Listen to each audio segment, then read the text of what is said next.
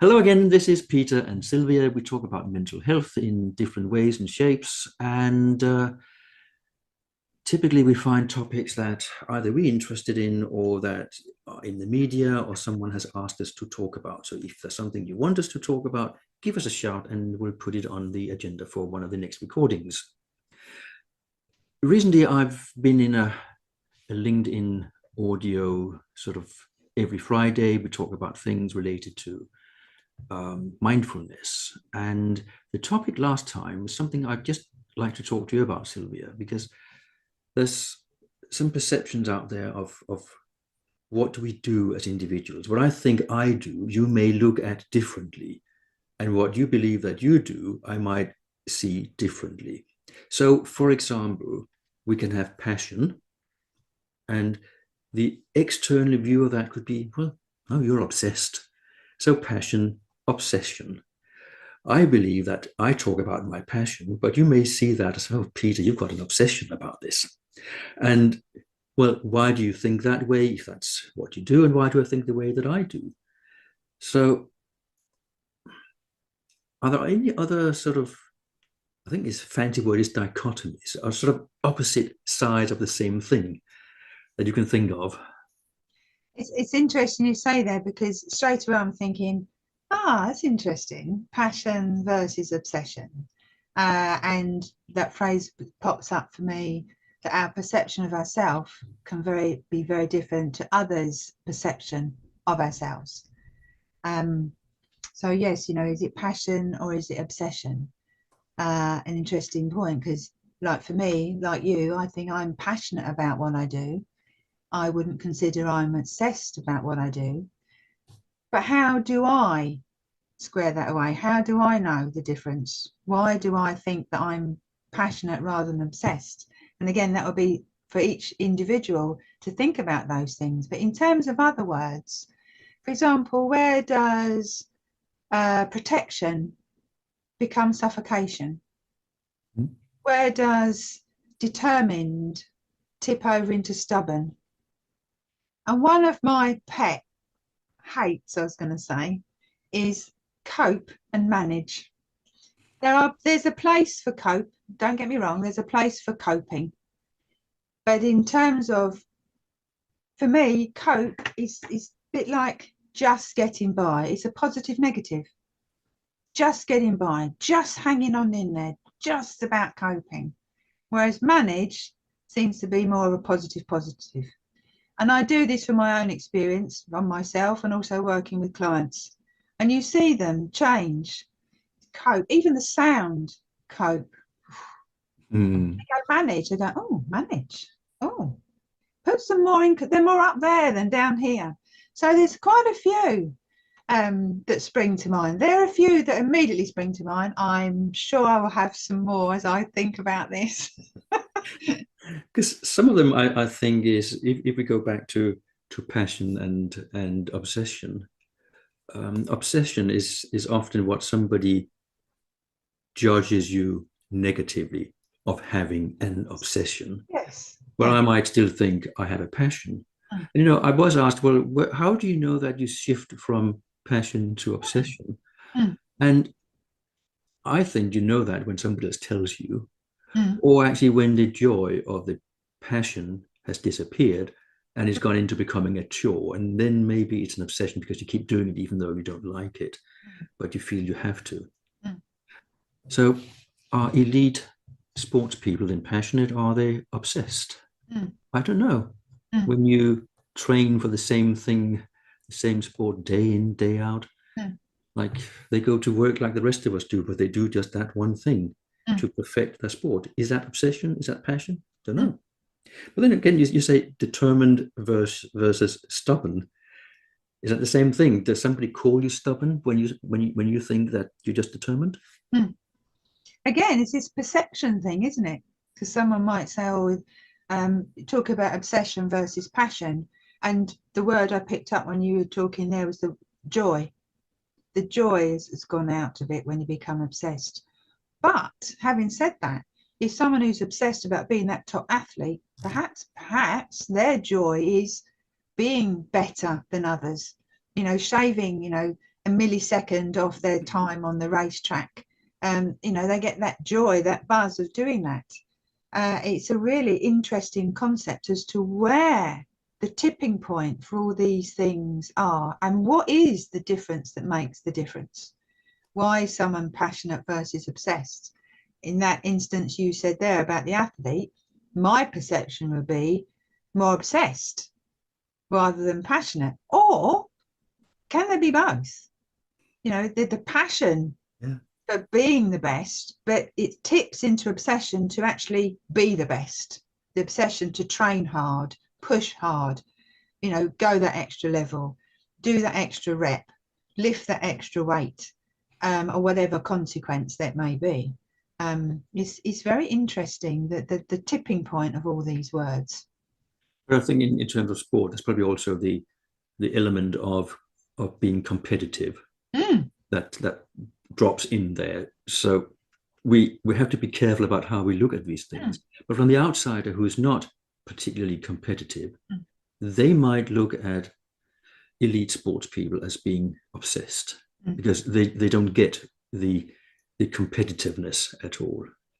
But another thing, when I think about how people negatively judge one another, I've come across a number of examples where someone is asserting their own boundaries, looking after themselves, having self-care, self-love, and then they're being called narcissistic. Another pet hate of mine, where you use psychological language inappropriately.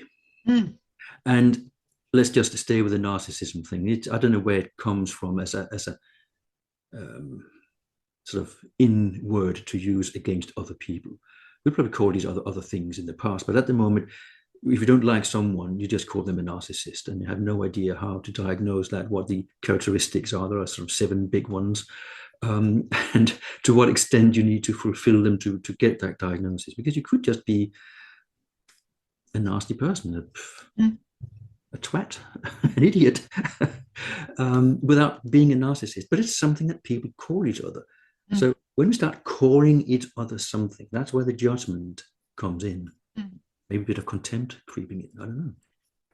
It is, as you highlighted earlier, is that negative connotation, negativity around obsession, negativity potentially around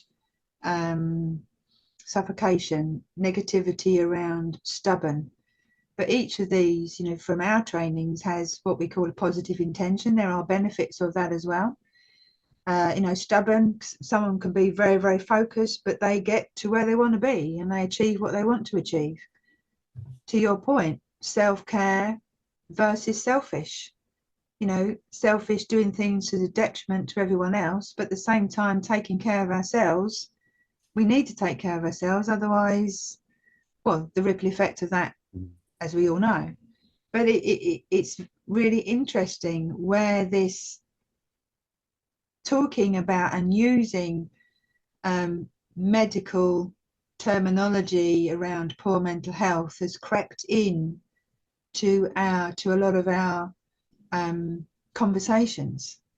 On the one hand, it's great that we are talking about poor mental health and using the terminology PTSD, OCD, narcissism, providing that it's used in the correct context.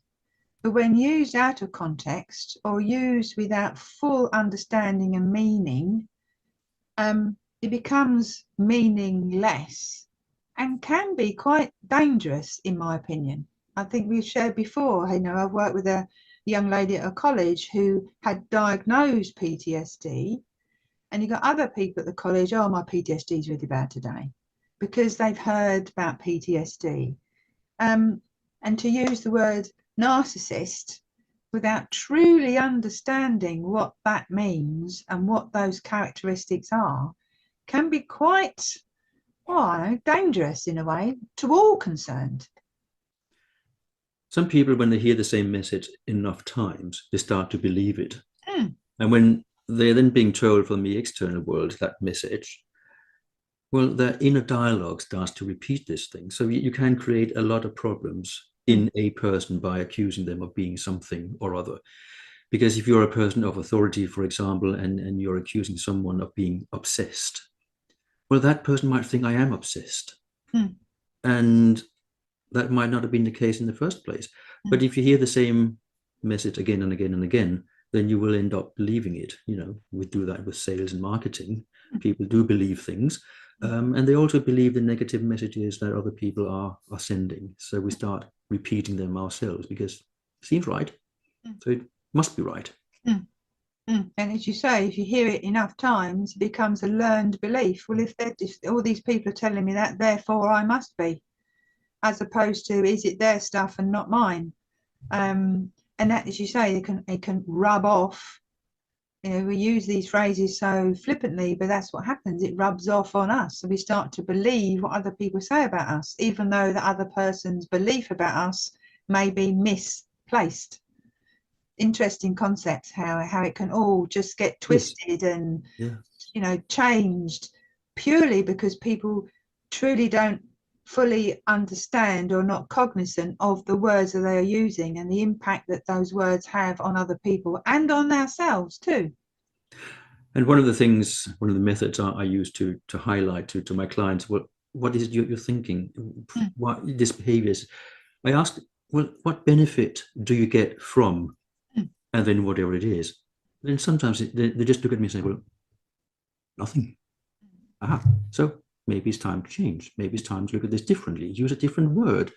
Because if you are passionate, don't think of yourself as being obsessed. It's fine that you're interested in this and that you talk about it a lot. But you know, you might need to want to turn it down in certain circumstances and in certain settings. But it shouldn't stop you from being interested in whatever it is. So we have to be careful about this all or nothing or either or. Yes. This is where we're heading with all of this, isn't it? That we think it's one thing and somebody else thinks it's another. So it has to be one or the other. No, there's a huge gray area in between, and it's this very difficult middle of the road that we need and to also, if someone is obsessed, why does that have potentially a negative connotation? Because it could be of a huge benefit.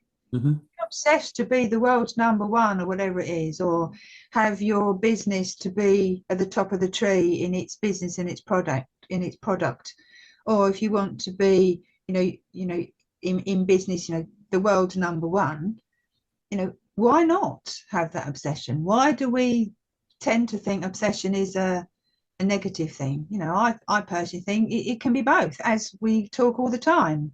There's pros and cons of everything. It's not negative or positive. It can be both. And in some environments, obsession is a fantastic thing to have. As we spoke before we started this recording, if one person is a narcissist, in certain environments, that's a great quality to be. Others might go, oh, hang on a minute, that's not right. But, the qualities that they have, it can actually be a very positive thing. As long as we remember that they are very difficult to be around. Exactly, yes. Yeah. So perceptions, what other opposites have you found out there? We've talked about passion, obsession, dedicated, stubborn, determined, stubborn. Is there anything else that you've come across? Have you been accused of being something when actually you think you're not? Let us know. Let us hear what you think. And thank you for staying with us for the duration of this episode. Thank you and take care. See you later. Bye-bye.